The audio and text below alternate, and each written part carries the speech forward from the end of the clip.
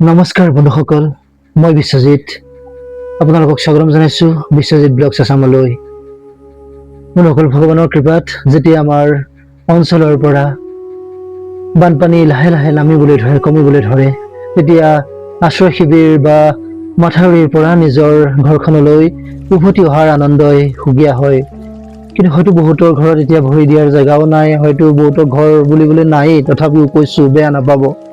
কিন্তু ঘৰত ভৰি দিয়াৰ লগে লগে আমাৰ সন্মুখলৈ আহে এক ভয়ংকৰ ৰূপ। চাৰিওফালে মাথো কেৱল লেতেৰা, বোকা, গেলা, দুৰ্গন্ধ আৰু পানীৰ লগত উটি অহা আৱৰ্জনাবোৰ। মনত ৰাখিব, বানপানীৰ পানী যিমান বিপদজনক, পানী শুকাই যোৱাৰ পিছৰ পৰিৱেশটো তাতকৈ বেছি মাৰাত্মক হয়। কিয়নো এই সময়তে টাইফয়েড, ডায়েৰিয়া আৰু জণ্ডিছৰ দৰে মহামাৰী আটাইতকৈ বেছিকৈ বিয়পিবলৈ ধৰে। গতিকে আজি বিশ্বজিৎ ব্লগছ আছামৰ এই বিশেষ ভিডিঅ'টোত মই আপোনালোকক জনাব বিচাৰিছোঁ যে বানপানী কম হৈ যোৱাৰ পিছত বা কমাৰ পিছত আপুনি ঘৰ যি বাচি যোৱা অংশ আছে তালৈকে উভতি আহিব। সেই ঘৰত সোমাই লগে লগে আপুনি কেনেকৈ গোটেই ঘৰখন সঠিক পদ্ধতিৰে বীজাণুমুক্ত কৰিব পাৰিব। সাহস ভিডিঅ'টো আৰম্ভ কৰোঁ। বেয়া নাপাব, হয়তো ঘৰ বুলিবলৈ বহুতৰ নাইকিয়া বৰ্তমান। প্ৰথমৰ আটাইতকৈ জৰুৰী কথাটো হ'ল সুৰক্ষা। বহুদিন ধৰি ঘৰটো পানীৰ তলত বুৰ গৈ থকাৰ বাবে বা ঘৰত মানুহ নথকাৰ বাবে সাপ, বিচ্ছিক বা অন্যান্য বিষাক্ত পোক পৰুৱাই বিভিন্ন ঘৰৰ চুকে কোণে বিচনাৰ তল বা আলমাৰীৰ পিছফালে আশ্ৰয় ল'ব পাৰে। গতিকে ঘৰত সোমায়েই ক'তো হঠাতে হাত ভুলতো নিদিব। হাতত এডাল দীঘল লাঠি লওক আৰু প্ৰথমে মজিয়া, বিচনা এই আচবাববোৰ লাহে লাহে কোবাই লওক, যাতে কিবা থাকিলে তাৰ পৰা ওলাই যায়। যদি সম্ভৱ হয়, ঘৰত সোমাওঁতে ভৰিত বুটছ বা ওখ বুট পিন্ধি ল'ব, যাতে বা হাতত গ্লভছ পিন্ধি ল'ব যদি পাৰে, সম্ভৱ হয়, যাতে আপোনাক ছালৰ সংস্পৰ্শলৈ আহিব নোৱাৰে ঘপককৈ। আৰু ঘৰৰ চুকবোৰত অলপ কাৰ্বলিক এচিড বা ধোঁৱা দিলে সাপ থাকিলে ওলাই যাব পাৰি, গুচি যাব। দ্বিতীয়তে, ঘৰত সোমাই আনন্দতে বা খৰখেদাকৈ লাইটৰ বা ফেনৰ চুইচ ভুলতো অন নকৰিব, ডাঙৰ কথা হ'ব। পানী সোমোৱাৰ বাবে চুইচ বৰ্ড বা ৱায়াৰিঙৰ ভিতৰত সেমেকা থাকি গুচি যায়। এই অৱস্থাত মেইন চুইচ অন কৰিলে গোটেই ঘৰত শ্বৰ্ট চাৰ্কিট হৈ যাব পাৰে। গতিকে এইটো সাৱধান ৰাখিব। বা কাৰোবাক বিদ্যুৎ স্পৃষ্ট কৰিব পাৰে, বিদ্যুৎ লাগিব পাৰে, কাৰেণ্টত লাগি ধৰিব পাৰে, গতিকে সাৱধান হ'ব। গতিকে প্ৰথমে ঘৰৰ লাইট, ফেনৰ চুইচ বৰ্ড ভালদৰে শুকাবলৈ দিয়ক, কেতিয়াও নুচুব। কোনো অভিজ্ঞ ইলেক্ট্ৰিচিয়ানৰ দ্বাৰা দেখুৱাই লওক। গোটেই ৱায়াৰিংটো ভালকৈ চেক কৰাই লৈহে মেইন চুইচটো অন কৰিব। তাৰপিছত তৃতীয় গুৰুত্বপূৰ্ণ পদক্ষেপটো হ'ল বীজাণুমুক্ত কৰাটো। কেনেকৈ বীজাণুমুক্ত কৰিব?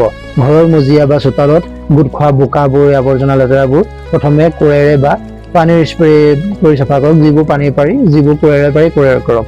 তাৰপিছত গোটেই ঘৰৰ মজিয়াখন ফেনাইল বা ডেটল মিশ্ৰিত পানীৰে ভালদৰে মচি লওক। ঘৰৰ চোতাল, কুঁৱাৰ পাৰ বা পুখুৰীৰ পাৰ, দেৱালৰ চুকবোৰ পৰ্যাপ্ত পৰিমাণে ব্লিচিং পাউডাৰ ছটিয়াই দিয়ক। ব্লিচিং পাউডাৰে বানপানীৰ লেতেৰা বীজাণুবোৰ মুহূৰ্তৰ ভিতৰতে ধ্বংস কৰি পেলাব পাৰে আৰু লগতে দুৰ্গন্ধবিলাকবোৰ নাইকিয়া কৰি দিব। তাৰপিছত চতুৰ্থতে, বানপানীৰ পানী লগা কোনো বাচন বৰ্তন বা কাপোৰ ধুবলৈ সাধাৰণ পানী ব্যৱহাৰ নকৰিব। বাচন বৰ্তনবোৰ প্ৰথমে গৰম পানী বা ডিটাৰজেণ্টেৰে ভালদৰে ধুই ৰ'দত শুকুৱাই ল'ব, যাতে বীজাণু তাত নাথাকে। কাপোৰ কানিবোৰ আপোনাৰ এণ্টিছেপ্টিক লোচন বা ডেটল পানীত তিয়াই ধুই তীব্ৰ ৰ'দত শুকুৱাই, ভালকৈ চোকা ৰ'দত শুকুৱাই দিব।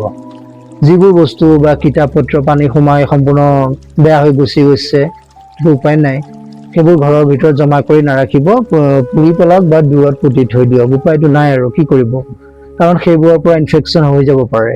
বন্ধুসকল, বানপানীৰ পানী কমি যোৱাৰ পিছৰ এই দিনকেইটা আমাৰ বাবে এক পৰীক্ষাৰ ঘড়ীৰ নিচিনা হয়। এটা পৰীক্ষাৰ সময় হয় এইটো। অলপ সাৱধান হ'লে আমি নিজৰ ঘৰখনক পুনৰ আগৰ দৰে সুন্দৰ আৰু সুৰক্ষিত তুলিব পাৰিম, যিমান কণ পাৰোঁ কৰিব পাৰিম। যদিও বা ঘৰটো আধাইদি ভাগি শেষ হৈ গৈছে, তথাপিও তাক অলপ হ'লেও ভাল কৰি তুলিব পাৰিম। আশা কৰোঁ মোৰ এই বানপানী বিশেষ শৃংখলাৰ এই ভিডিঅ'বোৰে আপোনালোকক এই কঠিন সময়ত বহুত সহায় কৰিব পাৰিব। আপোনাৰ কিবা মতামত থাকিলে তলত কমেণ্ট কৰি জনাবলৈ নাপাহৰিব। এই লাগতিয়াল ভিডিঅ'টো আপোনাৰ গাঁৱৰ বা চহৰৰ হোৱাটছআপ গ্ৰুপবোৰত শ্বেয়াৰ কৰি দিয়ক। আপোনাৰ পৰিয়াল বা আত্মীয় স্বজনৰ সৈতে শ্বেয়াৰ কৰি দিয়ক, যাতে ঘৰলৈ উভতি অহা প্ৰতিটো পৰিয়ালে এই সাৱধানতাখিনি অৱলম্বন কৰিব পাৰে। আৰু এনেকুৱা লাগতিয়াল এনেকুৱা ধৰণৰ লাগতিয়াল ভিডিঅ' পাই থাকিবলৈ বিশ্বজিৎ ব্লগছ আছাম চেনেলটো এতিয়াই ছাবস্ক্ৰাইব কৰি লওক আৰু বেল আইকনটো অন কৰি দিয়ক, যাতে আপুনি নটিফিকেশ্যন লাভ কৰি থাকিব পাৰে। ভগৱানে সকলোকে কুশলে ৰাখক, সুস্থ হৈ থাকক, সাৱধানে থাকক। ধন্যবাদ। জয় আই অসম। আকৌ লগ পাম।